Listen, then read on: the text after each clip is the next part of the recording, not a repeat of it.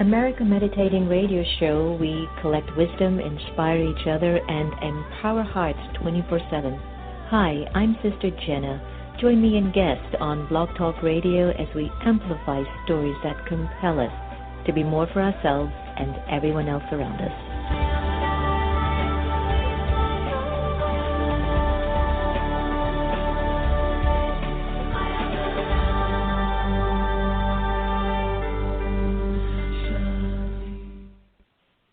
The Azar Foundation for Children of the World is an organization aimed to support women and children in need across the globe. We believe in empowering lives, strengthening minds, and providing programs that enrich health and education. The Azar Foundation was founded in 2003 and has been serving the world ever since. Visit us at our website at www.azar4children.org. That's www.azar4children.org to find out more information about our endeavors and join our mailing list.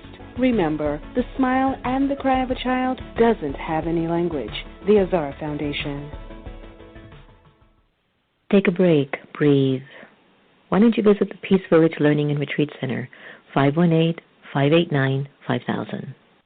Are you in need of a tech service company that's going to deliver the best solutions for your business? Then @Tronica is your solutions headquarters. Here we specialize in your individual needs to make sure your business shines. For more information, please call 301-417-0070 or visit us at our website at @tronica.net. @Tronica, where we deliver for you. The Meditation Museum in Silver Spring, Maryland offers a variety of courses and activities to make your life go a whole lot smoother. Located at 9525 Georgia Avenue, you will be able to experience the beautiful silence that's in the space. There are courses in Raj Yoga meditation, positive thinking, stress-free living, and personal development classes. For more information, call us at 301-588-0144 or visit us online at meditationmuseum.org. I'm Roger Nelson. I'm the founder and director of the Global Consciousness Project, and you are listening to America Meditating Radio Show. Hello, everyone, and welcome to America Meditating Radio. I'm your host, Sister Jenna. We're always happy that the conversations and to our show, really. Pure at heart. We had an incredible program at the Meditation Museum with Stephen Dinan, Marianne Williamson, myself, Reverend Ivy Hilton, and a beautiful kirtan by the Hare Krishna Temple. And basically, it was really Stephen's request. He has a new book out called Sacred America, Sacred World. And it really talks about changing the trajectory and where the country is going and where we are going as consciousness. And that if we're not able to really raise ourselves and become healthy within our own beings, then there's really no hope in the country. And so it was just a packed house at the museum. And would you know it, the air condition just was not working. Don't you just love those nights? I know. But anyway, it's just what it is, and we're here to do something important and special anyway. Stay tuned. We're going to have the amazing Dr. Jennifer-Haythe, and she's going to be joining us about healthy hearts and healthy lives, which we all need to pay more attention to. And I'd also like to remind everybody to get involved with the Meditate the Vote cause that we started in May, and it's doing phenomenal, and we want it to continue. It's very pure. No one's making any money, but we are raising the conversation by engaging in certain questions that will help us to reach a place within the soul that's pure, that's clear, that has a sense of power and strength inside. So do Meditate the Vote. Go to our Facebook and Twitter and website as well. They've done an incredible job on putting it together, and we need your videos, and we need to hear you say that you're going to hold a Meditate the Vote tea or dinner at your house and engage in the conversation. I think it was last month, we had a wonderful Meditate the Vote tea at Reverend Dr. Marcia Dyson's home, featuring Princess Basma from Saudi Arabia, and the engagement and the conversation was extremely meaningful, that it really shifted the way that others looked at us from another country, but also the way that we know that we're responsible for creating the kind of equality relationships. So stay tuned. We're going to go do what we do best here, go into a beautiful meditation. I'd like to do one on relationships and friendship. Shall we? Take a deep breath. Relax. one can experience relationships with God not only during meditation, but in fact, it's important to experience the union, the connection with God through my entire day. And perhaps the relationship that lends itself most easily to this experience is that of my connection with God as my eternal friend.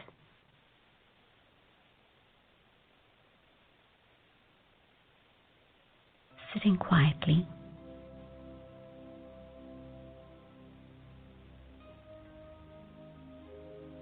I let my mind focus on the Supreme, the infinitesimal being of light, the being of love.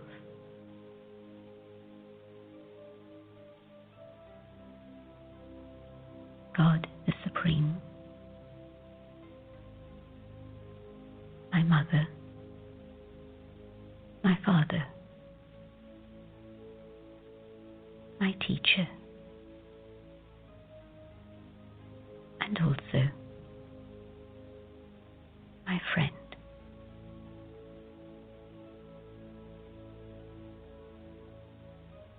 I know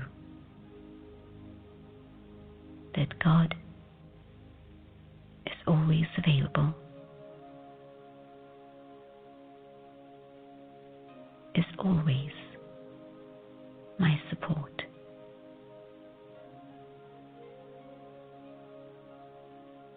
God is constant, unchangeable, always here, always ready to respond. Just with one thought, I can make contact with this eternal friend.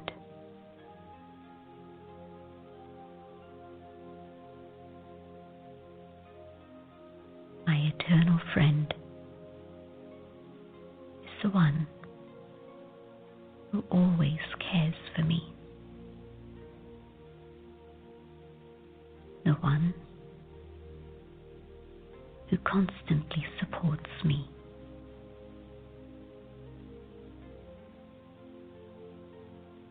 And with the power of this friendship, I have courage and hope for the future. Alone, there was a sense of insecurity, a fear of the dark forces that prevail. But with the support of this eternal friendship, there is no fear, no darkness, no questions, no doubts. My friend is the Almighty. My friend is the being of love.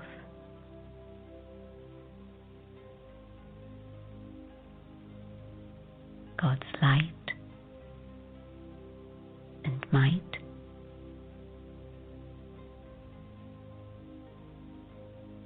God's love are forever and ever available.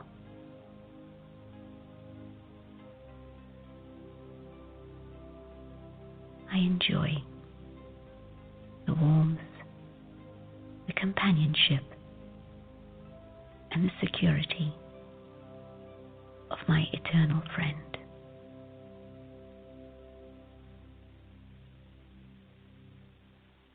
Om Shanti. Welcome back. Always love for meditations. The American Meditating Radio is proud to welcome Dr. Jennifer-Haythe, is a women's health expert as well as a leading cardiologist and assistant professor of medicine at Columbia University Medical Center. It helps people take control of their bodies and save their lives. She specializes in pulmonary hypertension, heart failure, and women's heart health. Dr. Haythe finds her motivation and determination through the strong patient and family relationships that she has forged and the gratification of helping her patients get a new life. Dr. Haythe lives and practices in New York City. When not working, she enjoys an active lifestyle that includes running, boxing, yay, and yoga. Dr. Haythe, welcome to the American Meditating Radio. Hi, thank you for having me. Good morning. How are you? I'm good. I feel very relaxed after listening to your meditation, I have to say. Well, I take care of the heart in a different way than you do. Exactly. Oh. Exactly. Oh, that's so beautiful. You're a highly sought-after cardiologist in a very heavily male-dominated field. What inspired you to pursue a career in the medical field, and why? Why did you choose cardiology?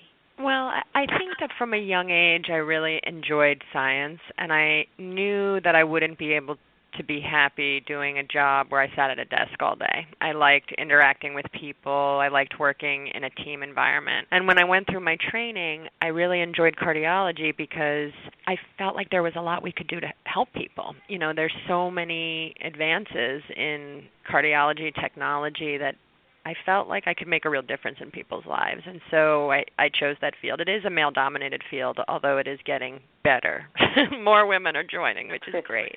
Yes, this is true. This is true. Now, we know that there's been a lot of medical advances, and heart disease still remains the number one cause of death in both men and women in the United States. Is heart disease preventable? And I really want to know that because as a yogi for so many years, I don't physically move around as much. And there was a time, Dr. Haythe, I could just climb up the stairs like a 10-year-old. Right. And I find myself going up just a few steps, and I'm like, right. And I get concerned. So what are some of the choices that we can make to make our lives a little bit stronger? Well, the thing about heart disease is that it's multifactorial, and the nice thing about it is that there are a lot of modifiable risk factors for heart disease, and that means that there are things that people can really do to change their risk profile for having heart disease. Unfortunately, like you said, heart disease is the number one killer of men and women in this country, and a lot of people don't realize that, particularly women. I think that there's some kind of a stigma or shame that goes along with heart disease where people think it's either women, in particular think it's a man's disease. They think it's because you smoke and you're overweight and you're lazy, and so that diagnosis seems to carry some shame as opposed to, certain cancers or breast cancer where people feel very much a victim. They didn't do anything to get it, and people seem to be much more empathetic to them in those scenarios, and that's sort of the mold we're trying to break out of, because the best thing about heart disease is that you can change it. You can make yourself healthier and actually reduce your risk. And so once we can get rid of that stigma, then we can help people live longer and healthier lives. Tell me some ways that we can make our lives a little bit healthier by taking care of ourselves. Like, what can we do to make our hearts stronger? Right. So the main risk factors for heart disease are the things we know well, which is smoking, diabetes, high blood pressure, high cholesterol, physical inactivity or obesity. And then there are some new risk factors for women that have kind of come to light recently, including endometriosis or a history of preeclampsia during pregnancy. So those are the main risk factors. The things that we can change in that profile are you can quit smoking, which is something that's very challenging for many people, but will bring probably the biggest benefit to your overall health, not just heart health, but lungs, brain, your level of stress and anxiety. Now, in terms of high blood pressure, there's a lot of evidence to suggest that meditation actually is one of the natural ways to affect one's blood pressure.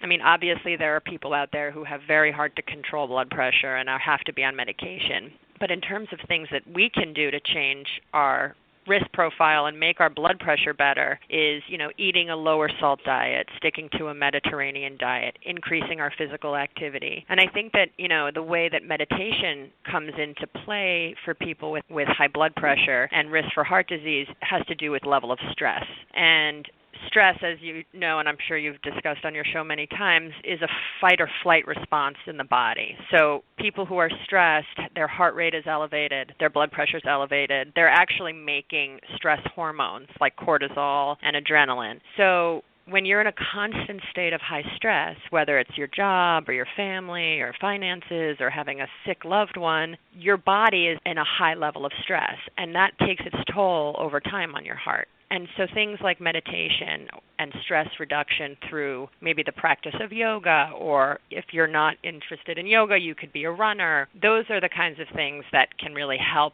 your risk profile for heart disease. Getting enough sleep, spending time with loved ones, laughing, things that you take for granted but actually have a significant impact on you, especially if you incorporate them into your day-to-day. Right. And, all of that seems so simple, but we're so lazy.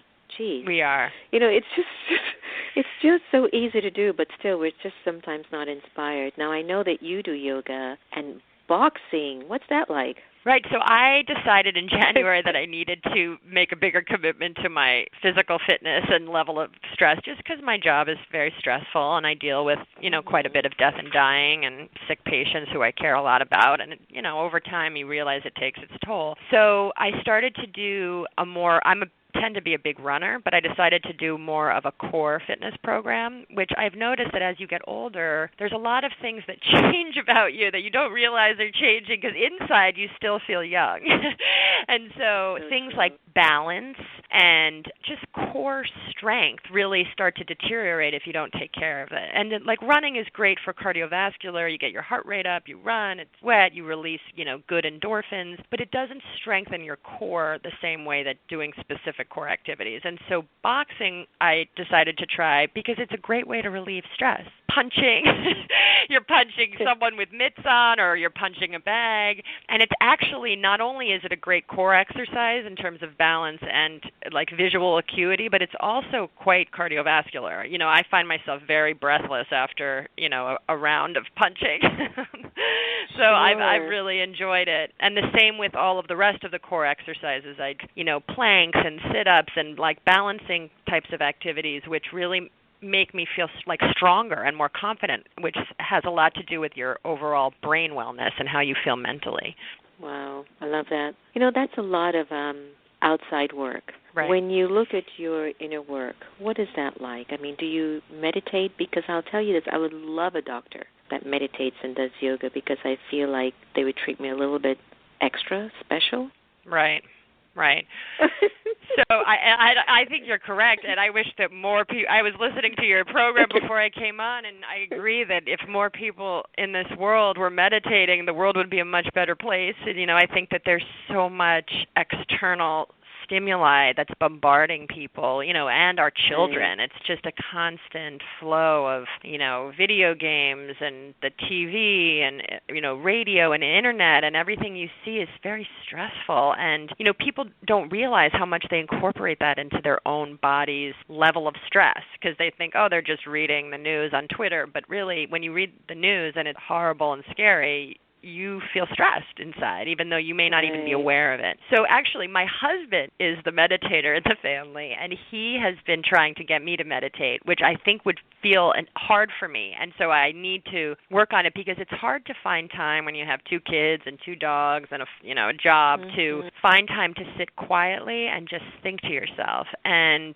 just clear your mind. So he keeps sending me, these apps, Calm and things like that, to work on meditating and to have guided meditation, even for just 20 minutes a day. And I think he's right. Sweet. Yeah, he's good about it. Yeah. And I mean, they've even done incredible studies about meditation and heart disease. I think there was a study back in 2012 where they looked at African Americans with heart disease who practiced transcendental meditation, and they were 48% less likely to have a heart attack or stroke or die compared with those who didn't. That's a pretty dramatic result for a non-medicine intervention. That's a very good number too. Interesting. Yeah.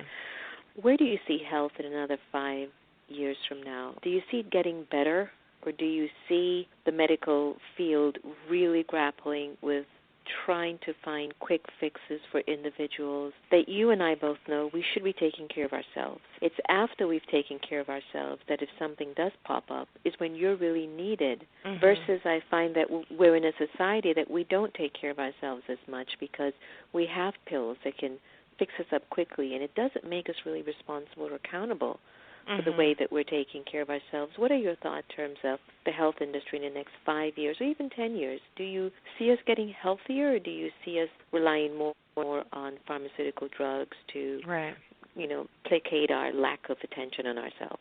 Right.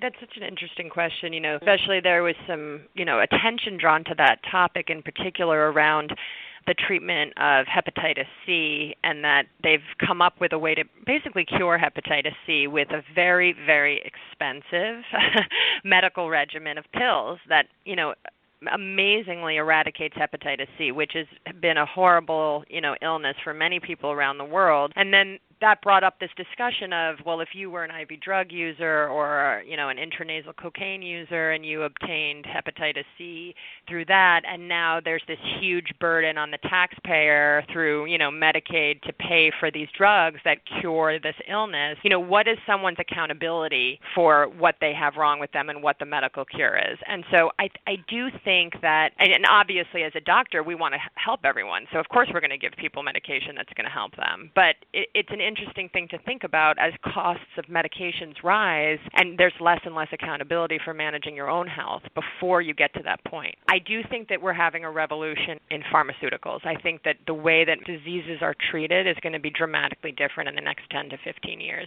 It's particularly cancers and things that can be targeted genetically. And so I do think that there are going to be some pretty amazing cures for illness in certain areas. I think that the areas where we seem to be struggling more in terms of finding a medical cure are things that are multifactorial, like heart disease or mental illness, things where people, one drug doesn't cure everything. And so that's tricky. The one thing that I find hopeful, though, is that I have noticed in my training, which started here at Columbia many years ago as a medical student and then a resident, there has been a much larger push toward approaching the end of life and palliative care in people differently than we traditionally have. So in this country, I think there's this sense like do everything you can until the bitter end, and they're doing CPR on a 95-year-old, and there seems to be some sense of a step back. Now we have a palliative care service here who are great people who are really involved with talking to people about end of life and really trying to help our culture, which is very resistant to death, obviously, but different than a lot of other cultures and how they deal with death. And this fear of death and sort of do anything and everything possible. And I'm hoping that there's a movement toward more acceptance of end of life, less sort of aggressive medical therapy, and especially in the elderly at the end of life, but really anybody who's been suffering a very long time with a chronic illness, because so much of medical cost is in those last 2 weeks of life, and also a lot of suffering for the patient and the family. And so in that regard, I feel hopeful about the way we're going. I feel like things will be less interventional, that there's going to be less surgeries and more things done without surgery. This is the hope of the future of medicine. But, I agree with you that I worry that there'll be these medical panaceas and that could lead people to avoid taking care of themselves in a way that would make them overall happier and more balanced people. Right, because I've seen that. I've just seen that, and I always even tell my mother, you're responsible for the way that you want to feel and take care of yourself, and you just don't go into a doctor and just tell them, fix you. That's not their job. Their job is to fix you after you've done your work. And that's really my understanding, or at least my feeling about it. Dr. Haythe, thank you so much for sharing and for loving your profession, because I think in such a field after HMO and all of that, it just became quite stressful. But to keep loving medicine, and I'm assuming you still love it. Has there ever been a time when you're feeling like, gosh, it's too much? Yeah, I do feel like that. And again, this is where my husband keeps coming in and saying, like, you need to reduce your stress level. And I say, I'm not stressed. And he, what are you talking about? You woke up 4 times last night. I do love what I do. I can't imagine having another kind of job. It's strange. I think that when you go through the training of being a doctor, there's a certain amount of learning how to put up sort of a barrier between you and the patients emotionally, because you see so much and go through so much that if you didn't do that, you would really have a hard time getting through. But I've noticed that as I've gotten older and I'm no longer in the training phase per se, that I actually feel much more open to making more emotional connections with my patients. And I feel that that part of the job is the much more rewarding part than the actual maybe medical science itself, which in the beginning is what was so stimulating. And now I like texting with my patients. When someone passes, I